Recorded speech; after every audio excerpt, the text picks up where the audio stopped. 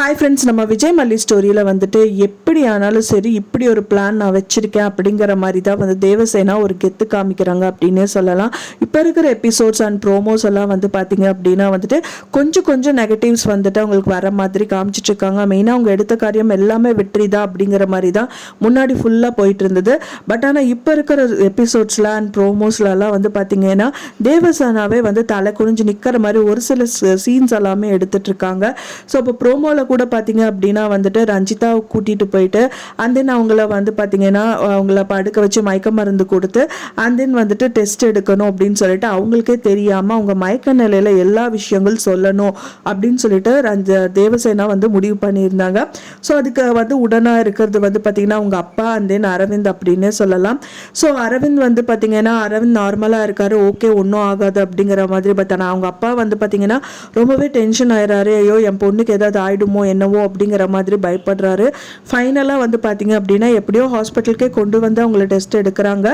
அப்போதான் வந்து பார்த்தீங்கன்னா தேவசேனா கிட்ட வந்து டாக்டர் கேட்குறாங்க, நீங்கள் இந்த மாதிரிலாம் பண்ணீங்க அப்படின்னா வந்துட்டு அது வந்துட்டு கோர்ட்டுக்கு எதிராக பண்ணுற மாதிரி தான் இருக்குது. ஸோ அதனால வந்து எனக்கு எந்த ஒரு பிரச்சனையும் வராமல் நீங்கள் தான் பார்த்துக்கணும் அப்படிங்கிற மாதிரி சொல்கிறாங்க.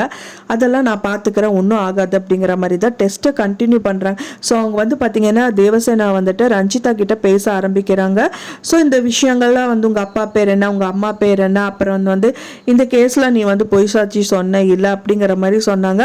ஆமாம் நான் சொன்னது போய் அப்படிங்கிற மாதிரி வந்துட்டு அவங்க நிற்கிற டயத்தில் கரெக்டாக வந்து ராஜி என்ட்ரி கொடுக்குறாங்க. என்ட்ரி கொடுக்கறது மட்டும் இல்லாமல் ரஞ்சிதாவை அங்கேருந்து காப்பாற்றி கூட்டிகிட்டு போயிடுறாங்க அப்படின்னே சொல்லலாம். ஸோ என்னதான் அவங்க கூட்டிகிட்டு போனாலும் ரொம்ப வெக்ஸ் ஆகி போகிறாங்க. இதுக்கப்புறம் என்ன பண்ணுறது அப்படின்னே தெரியாமல் இருக்கிற நிலையில தான் அவங்க வந்து பார்த்திங்க அப்படின்னா மல்லி வந்து தேவசேனா கிட்ட பேசிகிட்டு இருக்காங்க. என்ன பண்ணுறதுன்னு தெரியலையே மேடம், இப்படி ஆயிடுச்சு, கடைசியில் நம்ம இதில் ஜெயிச்சிருவோம்னு நினச்சோம், ஸோ இப்படி ஆயிடுச்சு அப்படிங்கிற மாதிரி ரொம்பவே ஃபீல் பண்ணிட்டு இருக்காங்க. பயப்படாத மல்லி அப்படின்னு சொல்லிட்டு இருக்காங்க. என்ன மேடம் இதுக்கப்புறமும் பயப்படான்னு சொல்ல எனக்கு புரியல, நீங்கள் என்ன சொல்கிறீங்க, அப்போ நீங்கள் ஏதாவது ஒரு பிளான் வச்சுருக்கீங்களா அப்படிங்கிற மாதிரி சொல்கிறாங்க. ஆமாம் வச்சுருக்கேன் அப்படின்னு சொல்கிறாங்க.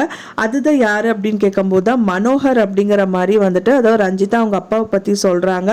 அதுக்கு இந்த பக்கம் சைடு பார்த்தீங்கன்னா அந்த ப்ரோமோவில் காமிச்சது என்னென்னா மெயினாக வந்துட்டு அந்த ராஜி வீட்டில் மனோகர் வந்து அவங்களுக்கு வந்து சாதகமாக பேசுகிற மாதிரி தான் அங்கே இருக்காரு. பட் ஆனால் அதையும் கூட வந்து ராஜி கண்டுபிடிச்சிட்டாங்க அப்படிங்கிறது தான் பெரிய விஷயம், அப்படி ஹைலைட்டான விஷயம் அப்படின்னே சொல்லலாம். ஸோ அது ஹைலைட்டான விஷயமான கண்டுபிடிச்ச விஷயத்த ரஞ்சிதா கிட்ட சொல்கிறாங்க. அவங்க வந்து பார்த்தீங்கன்னா அவங்க அப்பா பற்றி பேசும்போது ரொம்ப சிரிச்சுட்டு ரொம்ப இதாக அழகாக வந்துட்டு அன்பாக வந்து பேசுகிற மாதிரி பேசுகிறாங்க. அப்போ தான் வந்து ராஜி சொல்கிறாங்க, இப்போ வீட்டிலலாம் நடந்தது இல்லையா, இந்த விஷயங்கள்லாம் போயிட்டுருக்கு இல்லையா, எல்லாத்துக்கும் மெயின் காரணமே உன்னோட அப்பா தான் அப்படிங்கிற மாதிரி சொல்கிறாங்க. ஸோ அவங்க அதுவும் தெரிஞ்சு வச்சுருக்காங்க ராஜி. இருந்தாலும் அதெல்லாமே கண்டுபிடிச்சிட்டு தான் ஃபைனலாக வந்துட்டு அவங்க என்ன பிளான் பண்ணுறாங்க, கடைசி வரைக்கும் அவங்க விட்டு பிடிப்போம்னு சொல்லிட்டு பின்னாடியே வந்துட்டு கடைசியில் செக் பாயிண்ட் வச்சு ரஞ்சிதாவை கூட்டிகிட்டு வந்துட்டாங்க அப்படின்னு சொல்லலாம். ஸோ என்னதான் அவங்க செக் பாயிண்ட் வச்சு அவங்கள பண்ணாலும் வந்துட்டு ஃபைனலாக அந்த கேஸில் ஜெயிக்க போகிறது என்னமோ மல்லி தான். ஏன்னா அவங்களுக்கு வந்து பார்த்தீங்கன்னா மனோகரை விட்டுட்டு இது ஒரு ரெண்டாவது சான்ஸாக தான் வந்து ரஞ்சிதாவை எடுத்திருப்பாங்க அப்படின்னு தான் தெரியுது. ஏன்னா ஃபஸ்ட்டு விஷயமா வந்து மனோகர் முதலே வந்து இந்த ஆதாரத்தில் சேகரித்து வைக்கணும்னு ஏதாவது ஒரு விஷயங்கள் பண்ணதா இருக்கலாம். ஏன்னா வந்து அங்கே சிசிடிவி கேமரா வச்சிருக்கலாம், ஸோ அது ரெக்கார்டிங் வாய்ஸ் வந்து இருக்கலாம்.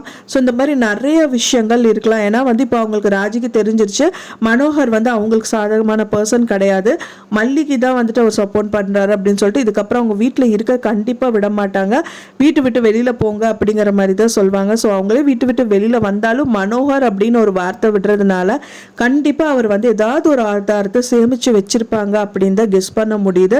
அப்படியே இல்லாட்டாலும் வந்து பார்த்தீங்கன்னா அரவிந்த் மூலியமா ரஞ்சிதா வந்து அவங்க வாயாலேயே உண்மையை சொல்றதுக்கு நிறையவே பாசிபிலிட்டிஸ் இருக்கு.